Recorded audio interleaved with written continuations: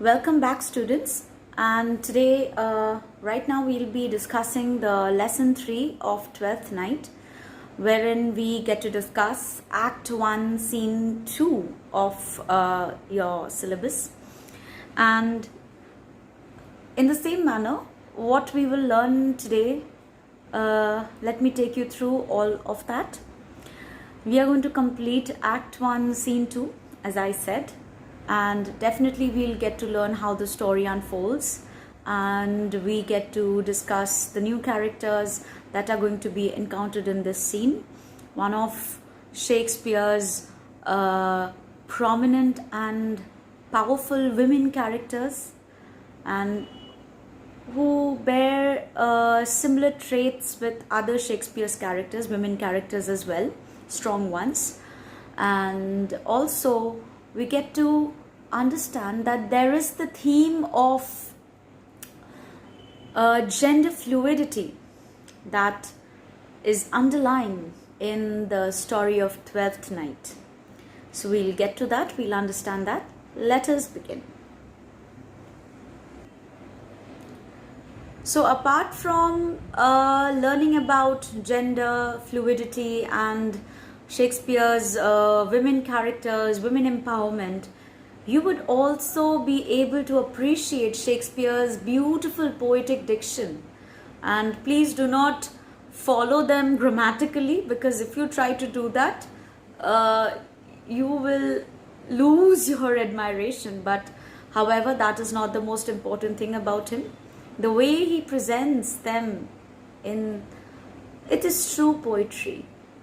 So his language and the motifs, the symbols used by Shakespeare, that is incomparable. So let us know what actually happens in the scene, and then we'll analyze it.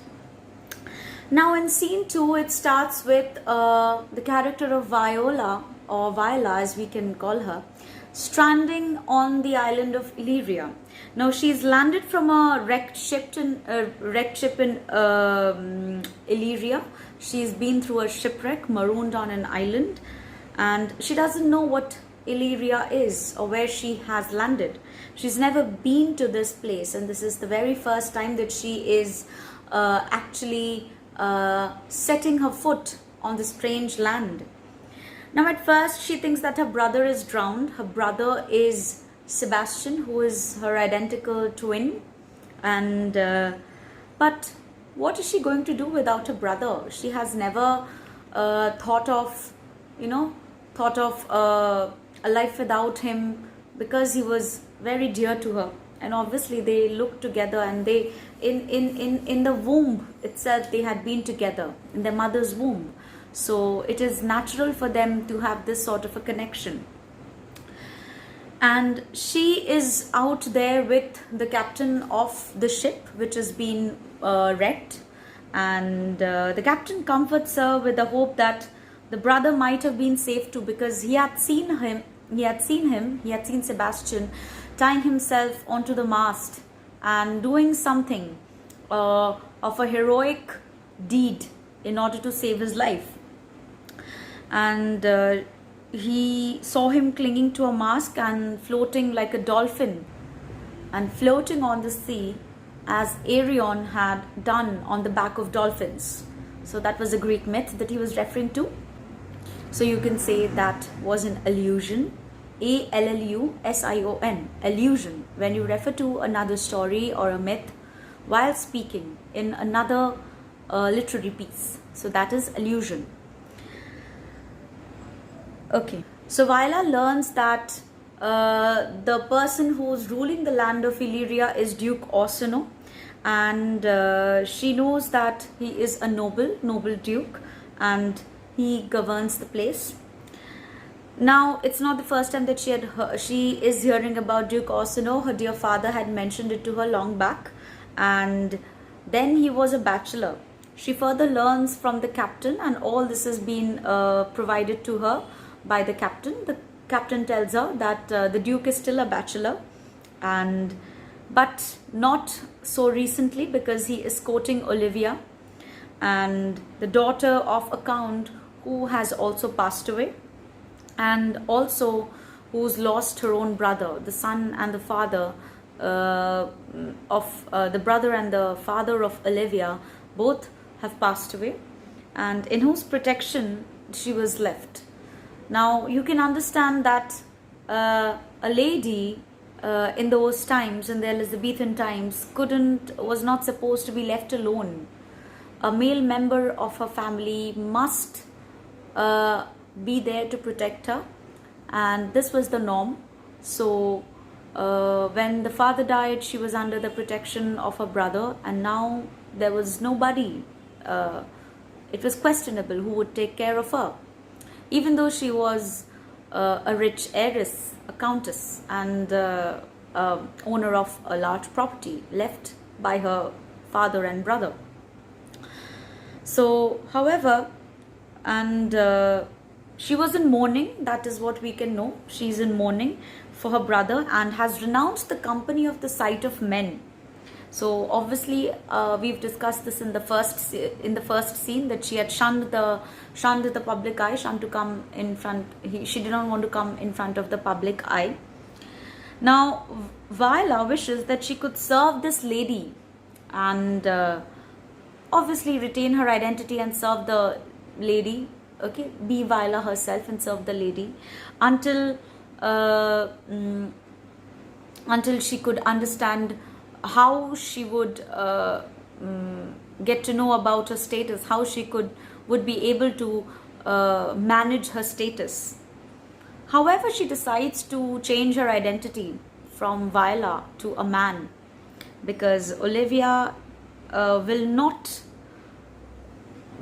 hear of any suit or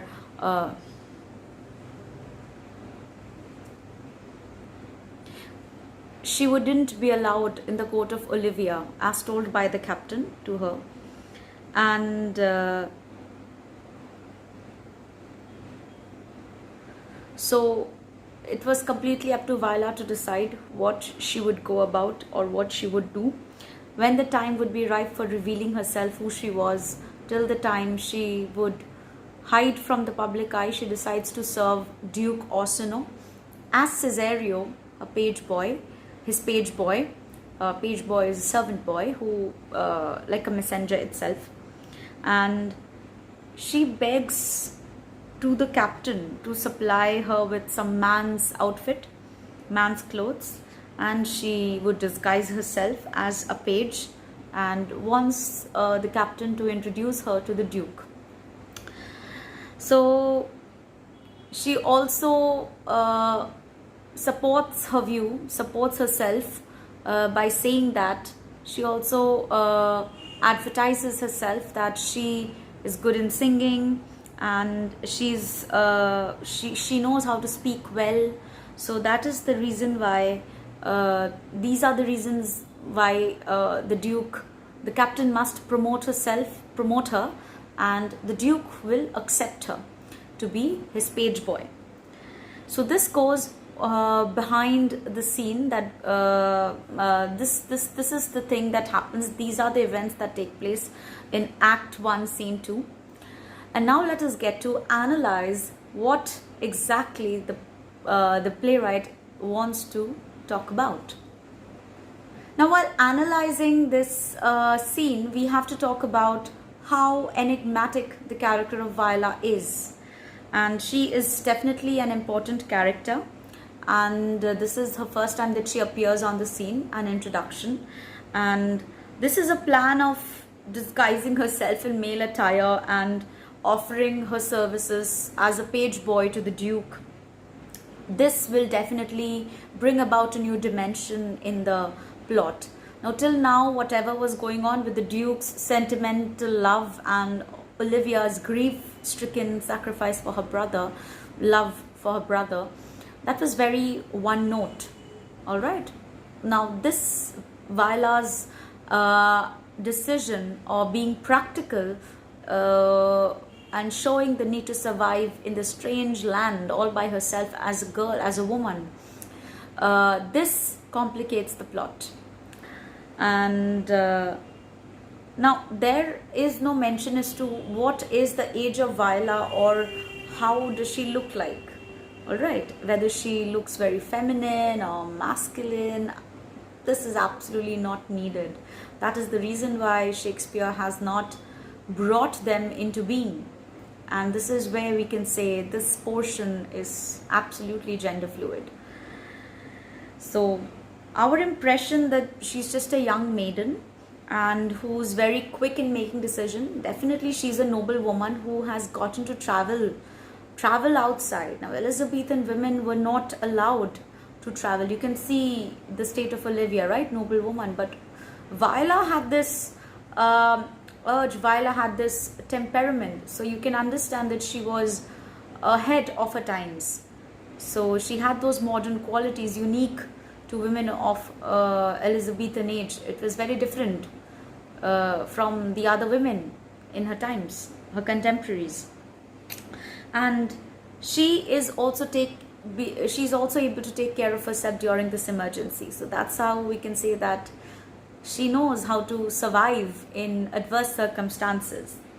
Now, obviously, this is the practical sense, one of the most important qualities of Viola that we can come about. And she at once decides to disguise herself as a man because she knows that what danger can come to her when she is there without a brother and as a woman being alone in a strange country. Now, incidentally, all the information that we, the audience, as audience or the readers that we need about the Duke, his background and everything else, this gives a proper clarity to us. So, scene 2 is actually acts as a clarification to scene 1. So, this is where we get to understand how everything is going to unfold. Unfortunately, we have to end here because because we are not reading the rest of the play. It is out of your syllabus. But definitely, if you really want to, or if it has piqued your interest, you can definitely go ahead and read The Twelfth Night. The prose form is also available. So that would definitely satisfy your curiosity about what is going to happen at the end of the play. And definitely you can appreciate the amazing characters churned out or woven by William Shakespeare. Thank you.